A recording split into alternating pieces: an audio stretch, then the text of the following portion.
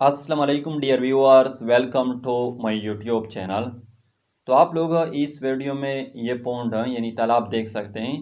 इसमें जो पानी है इसके सरफेस पर जो ग्रीन लेयर आप लोगों को दिखाई दे रहा है, इसको algal bloom or algae bloom कहा जाता है।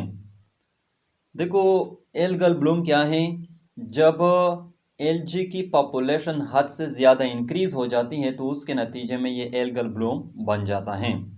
इसके मेनी काजेज हैं, लेकिन जो मेन कॉज हैं वो एक्सेस न्यूट्रिएंट्स हैं। स्पेशली जब नाइट्रोजन और फास्फोरस की मकदार ज़्यादा हो जाती है पानी में, तो उसके नतीजे में एलजी की पॉपुलेशन जो है वो हद से ज़्यादा इंक्रीज हो जाती है, जिसकी वजह से फिर एल्गल ब्लूम जो है ये बन जाता है।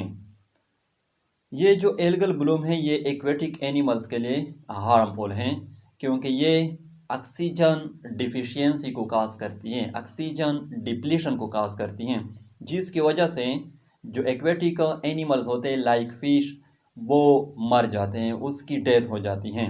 और ये मैंने खुद एक्सपीरियंस भी किया है। जब मैं ये वीडियो बना रहा था तो इस पॉन्ड में बहुत से फिश जो थे वो मर चुके थे, उसकी डेथ हो गई थी।